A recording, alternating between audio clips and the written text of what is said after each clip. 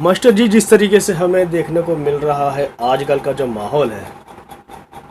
पहला सवाल तो मेरा आपसे ये रहेगा कि भारत जो है एक बौद्ध कंट्री के रूप से विश्व में प्रख्यात है, जाना माना जाता है। और विश्व में भी लगभग 152 देश हैं जो बुद्ध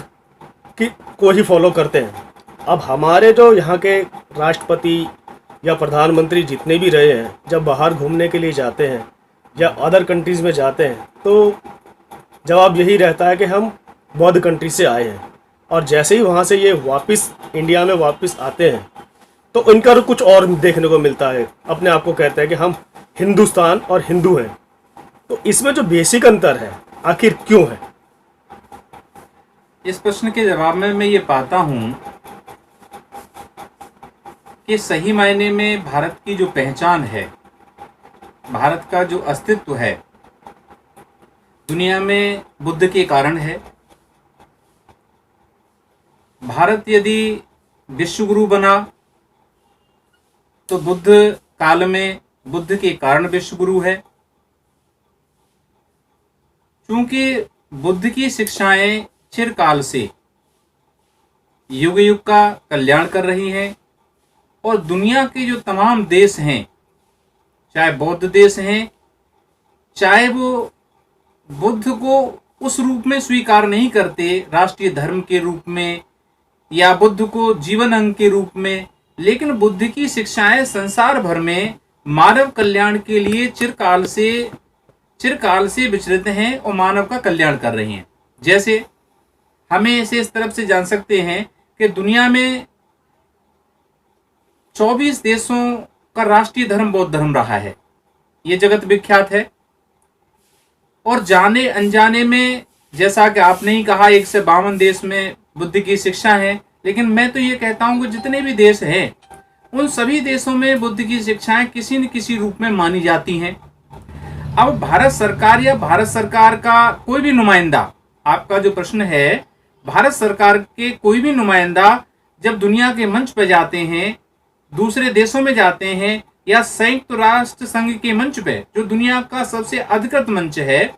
वहां पर अपनी बात रखनी होती है, मुखर होकर अपनी बात रखनी होती है, अपनी बात को वजन देना होता है। तो उसके पीछे वजह यह होती है कि संयुक्त राष्ट्र में बैठे हुए देश जो बुद्ध को मानते हैं, बुद्ध को अपना गुरु मानते हैं, बुद्ध को अपना आदर्श मानते हैं, तो उनसे भारत को शक्ति मिलती है, भारत के नुमाइंदों को शक्ति मिलती है। इसलिए बुद्ध उनके लिए प्रथम हो जाते हैं, अग्र हो जाते हैं। और इस राजनीतिक लाभ के लिए, मैं तो इसे राजनीतिक लाभ ही कहूंगा, क्योंकि मूल में जो नुमाइंदे होते हैं उनके मन में, जैसे आपने दूसरी बात कही है कि भारत की सीमा में पैर रखते ही उनका जो नजरिया होता है वो बुद्धमय होकर के अन्य अन्य बातों में हो जाता है। उसकी वजह यह है कि जो लाभ बुद्ध को अंतर्राष्ट्रीय मंच पर रखने से देश को मिलता है या देश का गौरव बढ़ता है, वो अन्य किसी भारत के महापुरुष को, या मतलब काल्पनिक कहें या यथार्थवादी, यथार्थ में कि कोई महापुरुष कहें, किसी को भी अंतर्राष्ट्रीय मंच पर वो ख्याति अर्जित नहीं है, वो सम्मान अर्जित नहीं है जिससे भारत का गौरव बढ़ सके और भारत का जो वजन है दुनिया के देशों में बढ़ सके और साथ ही साथ भारत को जो सपोर्ट है वो मिल सके। इसलिए तो अंतर्राष्ट्रीय स्तर पे बुद्ध को आगे किया जाता है और ये कहा जाता है कि हमने दुनिया को बुद्ध दिए हैं और बुद्ध ही संसार के लिए आवश्यक हैं। लेकिन भारत की सीमा में आने के बाद नजरिया बदलने के पीछे यहाँ की जो दकियानूसी व्यवस्था है, मैं मानता हूं यहाँ की जो दकियानूसी व्यवस्था है, जो भेदभाव पर आधारित जो व्यवस्था है, जो कुछ लोग चिरकाल से, लंबे समय से इसका जन्मना आधार पर लाभ ले रहे हैं, वो इस बात को, बुद्ध वाली बात को यहाँ पनपने नहीं देते, उसका विस्तार नहीं होने देते, उसका प्रचार नहीं होने देते। क्योंकि बुद्ध की बात का प्रचार होगा, बुद्ध के विचारों का प्रचार होगा तो निश्चित रूप से समता की बात होगी, मानवता की बात होगी, भाईचारे की बात होगी। और तब जाकर के जब ये बातें होंगी तो जो लोग जाति के आधार पर, वर्ण के आधार पर, भेदभाव के आधार पर, जन्मना आधार पर जो लाभान्वित हो रहे हैं पीढ़ी दर पीढ़ियां, वो उनका धंधा चौपट हो जाएगा। शायद मुझे लगता है इसीलिए भारत की सीमा में कदम रखने के बाद जो भारत के नुमाइंदे बाहर जाकर के बुद्ध का गुणगान करते हैं, यहाँ करके उनकी बोलती बंद हो जाती है। तो जिस प्रकार से भारत दावा करता है विश्व गुरु होने का, तो विश्व गुरु तो भारत तभी था जब ये देश बुद्धमय था और बुद्ध के आचार विचार से चलता था। तो आपको क्या लगता है कि ये जो अभी करंट में जो परिप्रेक्ष्य है, इसमें किन किन बातों को ध्यान में रखना चाहिए और कैसे ये विश्व गुरु बनने के कगार पर होगा या कैसे बनेगा?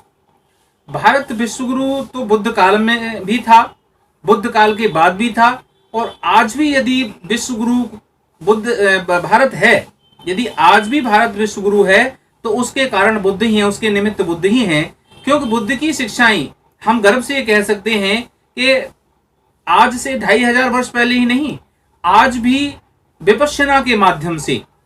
उनके पंचशील, उनकी 10 पारमिताएं और तमाम जो त्रिपिटक की बातें हैं, लोक कल्याणकारी बातें हैं, वो आज में विश्व में इतनी ही मान्यता प्राप्त हैं, इतनी ही स्वीकृत हैं जितनी के 2500 वर्ष पूर्व थी। इसलिए भारत को दुनिया के लोग, या भारत का जो दर्जा है, विश्व गुरु का दर्जा आज भी बुद्ध के कारण ही है और वो सदा रहेगा। अयोध्या में अभी हमें देखने को मिल रहा है कि जहां खुदाई चल रही है वहां बाकायदा बुद्ध के अवशेष प्राप्त हो रहे हैं, मगर उसको जो मिटाने का, नष्ट करने का भरसक प्रयास जो सरकार कर रही है, तो उसकी मंशा आखिर क्या दिखाई देती है? इस बात के संदर्भ में थोड़ा हम पीछे चल करके विवेचना करेंगे कि जब अंग्रेजों का शासन था तो 1857 में प्रथम आजादी की लड़ाई लड़ी गई। उसके एक वर्ष बाद ही 1858 ईस्वी में एक दंगा हुआ, मुस्लिम बनाम अदर्स, या हम ये कहें कि मुस्लिम बनाम हिंदू, एक सांप्रदायिक दंगा हुआ और उसमें 70 मुस्लिम मारे गए। उस समय की जो तात्कालिक सरकार थी, ब्रिटिश सरकार थी, उसने एक आयोग गठित किया और लॉर्ड कनिंघम को इसका चेयरमैन बनाया और निष्पक्ष जांच करने के लिए कहा कि भाई ये जो स्थान है वो आखिरकार किसका है, आप इसके बारे में निरीक्षण करके बताएं। तो लॉर्ड कनिंघम ने जांच की और जांच के बाद जो अपनी रिपोर्ट प्रस्तुत की ब्रिटिश सरकार को, उसमें उन्होंने कहा कि यह जो स्थान है ये बुद्ध से संबंधित है, यहाँ जो अवशेष हैं बुद्धकालीन अवशेष हैं। ये रिपोर्ट की और उसके बाद ये बात आगे बढ़ी। तो आर्कोलॉजी ऑफ इंडिया का जब गठन हुआ तो पहले जो आर्कोलॉजी ऑफ इंडिया के जो डायरेक्टर बनाए गए, लॉर्ड कनिंघम को बनाया गया, और उसके बाद जो उन्होंने काम किया, उसके बाद भी उन्होंने ये पाया कि ये जो स्थान है जिसे हम बाबरी मस्जिद कहते हैं, सही मायने में ये बाबरी महाविहार के नाम से था। बाद में जैसे ही आक्रांत आए उन्होंने इस पर कब्जा लिया और वो अपने प्रयोजन के लिए इसका इस्तेमाल करने लगे। सही मायने में चाहे ऊपरी हिस्सा स्तूप नुमा है जो आप देखते हैं, उसमें जो आज भी चित्रों में मिलता है, या उस जब से ध्वस्त नहीं किया गया था उससे पूर्व की स्थिति को आप देखते हैं, तो उसका जो आकार है स्तूप नुमा आकार था। और उसके बाद आप जो ध्वस्त होने के बाद भी जो भी जहां भी समतलीकरण का जैसे आज कार्य हुआ है, या पहले जितना भी काम खुदाई का हुआ, उसमें जब भी हुआ है वहां बुद्ध के अवशेष ही पाए गए हैं। आज एक नई चर्चा और नई बहस प्रिंट मीडिया पर, सोशल मीडिया पर हो रही है कि जो अयोध्या में जो समतलीकरण का जो कार्य हो रहा है, उस कार्य में एक लाट पाई गई है, तो उसे कहते हैं कि वो शिवलिंग है। सही मायने वो शिवलिंग नहीं है, वो जो है मनोती स्तूप है सम्राट अशोक के, जो जगह जगह पे बनवाए गए थे। एक ताजा उदाहरण मैं आपको बताता हूं, आपके चैनल के माध्यम से जनता को बताना चाहता हूं कि अभी पिछले ही वर्ष 2019 में हम यहाँ से परिवार के साथ, अपने मित्र विजयवीर सिंह जी के परिवार के साथ, हम लोग यहाँ से बैरंजा गए।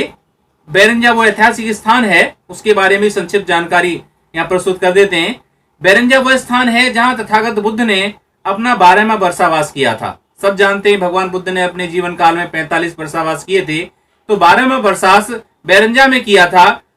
और यह भी तथ्य सबके दृष्टिगत है कि सम्राट अशोक ने जहां जहां बुद्ध गए वहां हर जगह पर चाहे तो शिलालेख बनाए, गुहालेख बनाए, स्तंभ लेख बनाए। तो इसी कड़ी में वहां पर मनोती स्तूप, 4 मनोती स्तूप वहां पर सम्राट अशोक ने बनवाए। वो चारों के चारों आज मौजूद हैं और हम इसके गवाह हैं। हमने इसको देखा कि वहां पर एक मनोती स्तूप पर शिव मंदिर बना दिया गया है और वहां पर पूजा अर्चना होती है। और 3 जो स्तूप हैं वहां पर जो है अभी भी बने हुए हैं और अगर ग्रामीणों की बात माने, जब हमसे चर्चा की तो उन्होंने बताया इसको हमने 10 मीटर तक खोद के देख लिया है लेकिन इसकी जड़ नहीं निकली है। इसका मतलब है कि 10 मीटर से गहरे उनकी लंबाई है। ये बात जैसा कि गांव वाले कहते हैं उनके आधार पर कही जा सकती है। यदि सही मायने में वहां पर खुदाई करवाई जाए तो बहुत सारे अवशेष वहां मिलेंगे और खुदाई में बुद्ध की मूर्तियां भी मिली हैं, चक्र भी मिला है। और बैरंजा जो किला है जहां पर बुद्ध ठहरे थे, तो उस बैरंजा किले पर आज भी उत्तर भारत की पुरातत्व विभाग की सबसे रिच साइट उसे कहते हैं, 4000 बीघा में फैली हुई है। और सही मायने में उस किले की अगर खुदाई करवाई जाए तो एक बहुत बड़ा इतिहास, बौद्ध कालीन इतिहास सामने आ सकता है। तो एक सवाल यहाँ पर यह भी निकल के आता है कि जब सभी को मालूम है सुप्रीम कोर्ट में जब ये सुनवाई चल रही थी राम मंदिर, बाबरी मस्जिद, और साथ में बुद्धिस्ट ने भी अपना दावा किया था कि वो बुद्ध स्थल है, तो सुप्रीम कोर्ट को ऐसी क्या वजह रही कि उन्होंने सिर्फ आस्था के आधार पर मंदिर बनाने की घोषणा कर दी, जबकि वहां बौद्ध मंदिर बनना चाहिए था? इसके संदर्भ में मैं ये कहना चाहूंगा, माननीय सुप्रीम कोर्ट का जो निर्णय है, हम भारतीय होने के नाते उस निर्णय का आदर है, लेकिन जो निर्णय जल्दबाजी में हुआ है उस निर्णय पर समय लेना चाहिए था। जैसा कि हिंदू पक्ष के साथ मुस्लिम पक्ष भी था और निर्मोही अखाड़े का पक्ष था, साथ ही साथ बौद्धों की तरफ से विपक्ष बना था, उनकी बात को उतनी गंभीरता से नहीं लिया गया। ये दुर्भाग्य की बात है, उनकी बात को भी गंभीरता से लिए जाने की आवश्यकता थी। और जिस प्रकार से 2001 में खुदाई के लिए बोला गया था, खुदाई नहीं करवाई गई थी, तो पुरातत्व विभाग भारत सरकार की जिम्मेदारी थी या माननीय सुप्रीम कोर्ट ये निर्देश देते कि भाई इसकी पहले खुदाई करवाई जाए प्रॉपर, और खुदाई करवाने के बाद में जो अवशेष प्राप्त हों तो उसके बाद में निर्णय किया जाएगा। लेकिन ऐसा नहीं हुआ। तो ये जो बात है, जिस प्रकार से निर्णय हुआ है कि कोई एविडेंस नहीं थे, कोई पुख्ता सबूत नहीं थे, उसके बावजूद भी उस धारा के अंतर्गत कि जिस धारा में ये निर्णय का अधिकार होता है माननीय न्यायालय के पास कि हमें एक निर्णय ही देना है और किसी के पक्ष में ही निर्णय सुनाना है, मतलब एक शांति बहाल करने की स्थिति पैदा करने के संदर्भ में उन्होंने ये पक्ष हिंदुओं के पक्ष में निर्णय दिया था, ये बात थी। लेकिन अब जो अवशेष प्राप्त हो रहे हैं, इस स्थिति में माननीय न्यायालय को पुनः इस मामले पर विचार करना चाहिए, हमारा ये निवेदन है। और साथ ही पुरातत्व विभाग के अधीन उस साइट को दे दिया जाए और उसकी प्रॉपर तरीके से खुदाई की जाए, जिससे कि देश के सामने, दुनिया के सामने सत्य प्रकट हो सके और जो सच्चाई है, सच्चाई के आधार पर निर्णय किया जाए और सच्चाई को सामने लाया जाए। ये देश हित और दुनिया के हित में है।